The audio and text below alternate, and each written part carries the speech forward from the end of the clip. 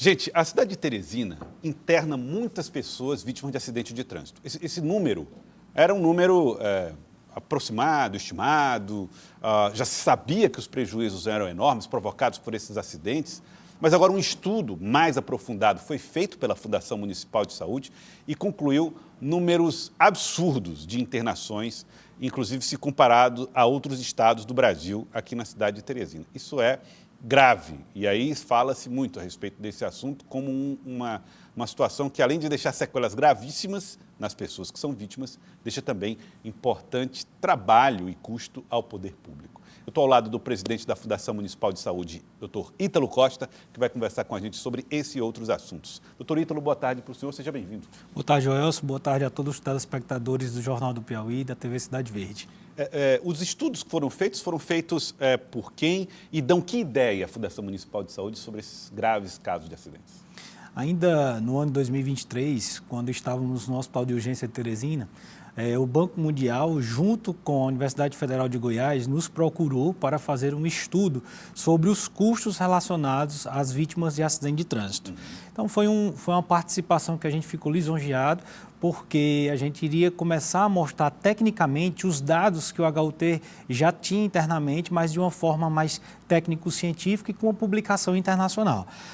Chegamos agora, nesse mês, fomos apresentados pela equipe de pesquisadores sobre esses resultados, e os resultados foram muito importantes para que a gente pudesse confirmar alguns fatos e poder tomar algumas decisões como medidas de prevenção e outras estratégias para reduzir os acidentes e, consequentemente, esses custos. Qual o número mais impressionou a Fundação, doutor?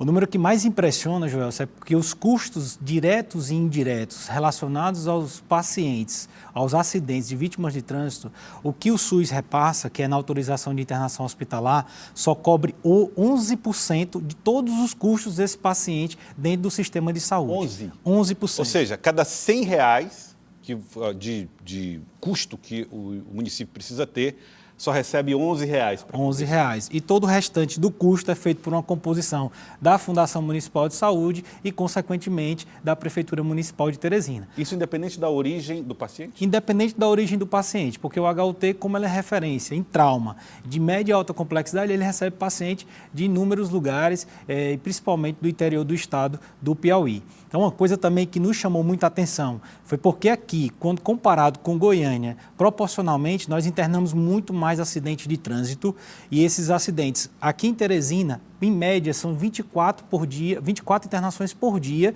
que nós fizemos, chegando a ter dias com mais de 30 internações. Já em Goiânia, a média era de 11 a 12 internações por dia. Por acidente? Por acidente de trânsito.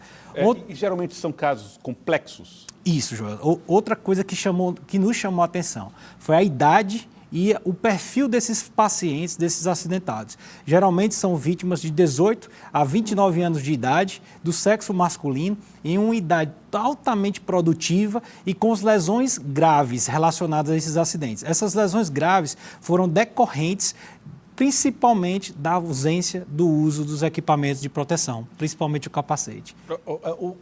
Falando em capacete, as motos são o principal vilão nesses números? Os principais vilões são a moto e a ausência do capacete. E aí também teve um dado que corroborou a assistência em saúde feita pela Fundação Municipal de Saúde, que foi o SAMU de Teresina. E aqui, deixar registrado, o SAMU de Teresina, ele responde a 95% de todas as ocorrências dos pacientes que chegam no Hospital de Urgência de Teresina, com o tempo de resposta superior ao de regiões como de Goiânia. Então, o SAMU de Teresina, ele, além de atender quase completude desses pacientes, ele tem um menor tempo de resposta, ou seja, garantindo a eficiência do SAMU. E também ficou claro nesse trabalho, quando a equipe chegou aqui, que mostrou que o SAMU de Teresina é o único SAMU que tem informatização em tempo real do perfil desses acidentados. Então, foi uma facilidade que a equipe de pesquisadores encontrou aqui com o SAMU de Teresina. Deixar o registro do excelente trabalho que o SAMU desempenhou nesse ano, com aumento de performance, com aumento de frota de ambulâncias, e que pela primeira vez o SAMU hoje conta com a reserva técnica de ambulâncias. A nossa outra equipe de transporte de pacientes também ficou com a frota completa. Isso tudo garantiu essa entrega desses resultados que o SAMU está fazendo. que é que o senhor acredita que pode ser feito agora como médico, como um homem da área da saúde e agora um chefe de um setor tão importante como a Fundação Municipal de Saúde, para que Teresina possa encarar isso como uma questão de saúde pública? Exatamente. Os resultados desse trabalho estão sendo publicados pelo Banco Mundial já, vai ser uma publicação que vai sair em periódicos internacionais e a partir desses dados nós vamos mandar ofícios, convocar todos os órgãos envolvidos para trabalharmos a prevenção, trabalharmos todas as medidas que possam combater essa questão dos acidentes de trânsito em Teresina. E também lembrar para os pacientes mais jovens que se cuidem, utilizem os equipamentos de proteção, fazer todo esse reforço e todo esse apelo para que use os equipamentos de proteção quando estiver no trânsito. Outra coisa, Jorge, que nos chamou a atenção foi que o tempo de reabilitação desses pacientes, ele é prolongado, ele demora mais aqui em Teresina devido à gravidade das lesões. Quer dizer que o estudo também envolveu esse pós-tratamento. Exatamente. O estudo acompanhou um segmento de pacientes até os 90 dias para avaliar o retorno dele ao ambiente de trabalho. E ficou comprovado com números e dados que o nosso retorno ao trabalho ele é mais lento devido à gravidade das lesões. Ou seja, os custos indiretos com esse paciente, que vão implicar diretamente na produtividade desse paciente, na sua qualidade de vida, ele vai demorar mais tempo e vai ter um custo maior.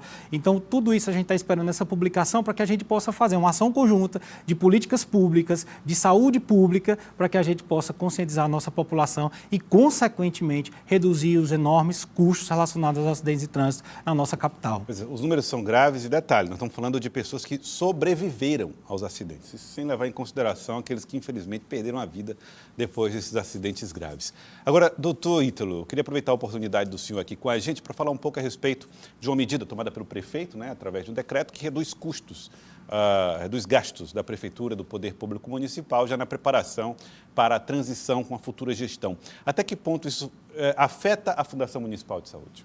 Foi um decreto redigido, elaborado por toda a equipe do governo municipal, doutor Pessoa, com o objetivo único de deixar a administração saudável para que seja feita uma transição harmoniosa. Na Fundação Municipal de Saúde, nós já tomamos conhecimento de tudo que contém o decreto e nós já estamos repassando para todas as diretorias para ser feita uma análise técnica e seguir rigorosamente o que o prefeito decretou, para que a gente consiga minimizar os custos, dar mais uma eficiência nessa reta final e que essa redução, para ficar claro, não deve impactar na nossa assistência em saúde do município de Teresina. Nós vamos priorizar áreas administrativas e outros eventos e que a gente pode garantir essa redução de despesa sem alterar a qualidade na assistência em saúde.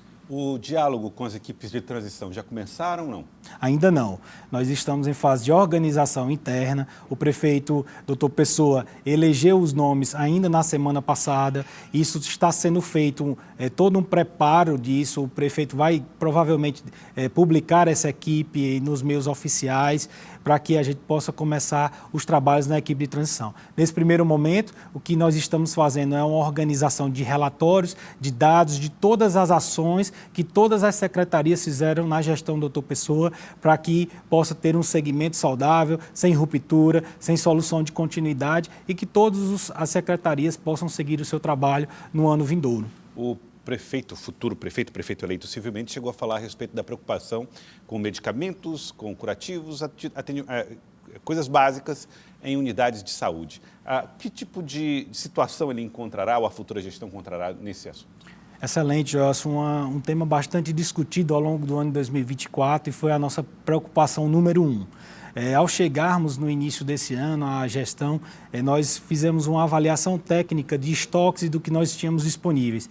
E o principal desafio foi fazer uma composição de estoque com todos os medicamentos essenciais para dar um segmento. Hoje, o que é que nós conseguimos garantir? Que existem vários medicamentos mais importantes no segmento do hospitais, das unidades de saúde, que são os hospitais e unidades de pronto atendimento e maternidade. Nós conseguimos garantir um estoque bem diferente do que iniciamos em 2024 e que é um estoque que possa garantir essa manutenção, esse segmento da assistência dentro dos hospitais, das unidades de pronto atendimento. Ressaltar que hoje nós recebemos mais um carregamento de cerca de mais de 2 milhões de comprimidos que envolvem medicamentos antihipertensivos, medicamentos para diabetes, medicamentos para todos os controles de doenças crônicas para a atenção primária. Foi descarregado agora hoje pela manhã com o registro ministro, onde nos deixou nessas horas, nas primeiras horas da manhã, um motivo de felicidade por poder fazer mais uma vez essa composição desses estoques na atenção primária, nas unidades básicas de saúde. É claro que precisamos ainda ajustar outras coisas para deixar isso completo, para ter todo esse completo restabelecimento que requer tempo, porque segue todo um fluxo de processo de contratação, de licitação e que nós, esse ano, nós já fizemos concluídos com êxito 37 processos licitatórios para aquisição de medicamentos. Então, com o passar do tempo, acreditamos que deixamos uma casa organizada para que a próxima gestão consiga dar seguimento, dar continuidade e que os serviços de saúde eles melhorem a cada dia que passa. Eu quero agradecer ao senhor, doutor Ítalo. Muito obrigado pela presença aqui no estúdio do Jornal do Piauí, presidente da Fundação Municipal de Saúde. Jorge, obrigado pelo convite. E eu queria aqui fazer um chamamento àquelas crianças e adolescentes que tomaram a primeira vacina de dengue. Nós estamos disponibilizando a segunda vacina de dengue em 8 UBSs na capital. Por que nós estamos fazendo esse chamamento? Porque a maioria, mais de 4.800 pacientes, tomaram a primeira dose e a segunda dose, apenas 50% desses pacientes tomaram a segunda dose. Então, quem tomou a primeira dose e não tomou a segunda, visitem essas 8 UBSs. As 8 UBSs estão no site da Fundação, onde lá vai ficar disponível os locais. Basta levar um documento de identificação, comprovante de residência e o cartão nacional do SUS e a caderneta de vacinação. Obrigado. Obrigado, presidente. Muito obrigado mesmo pela participação aqui no nosso Jornal do Piauí. Tá aí, então, Fundação Municipal de Saúde convocando para a segunda dose da vacina contra a dengue.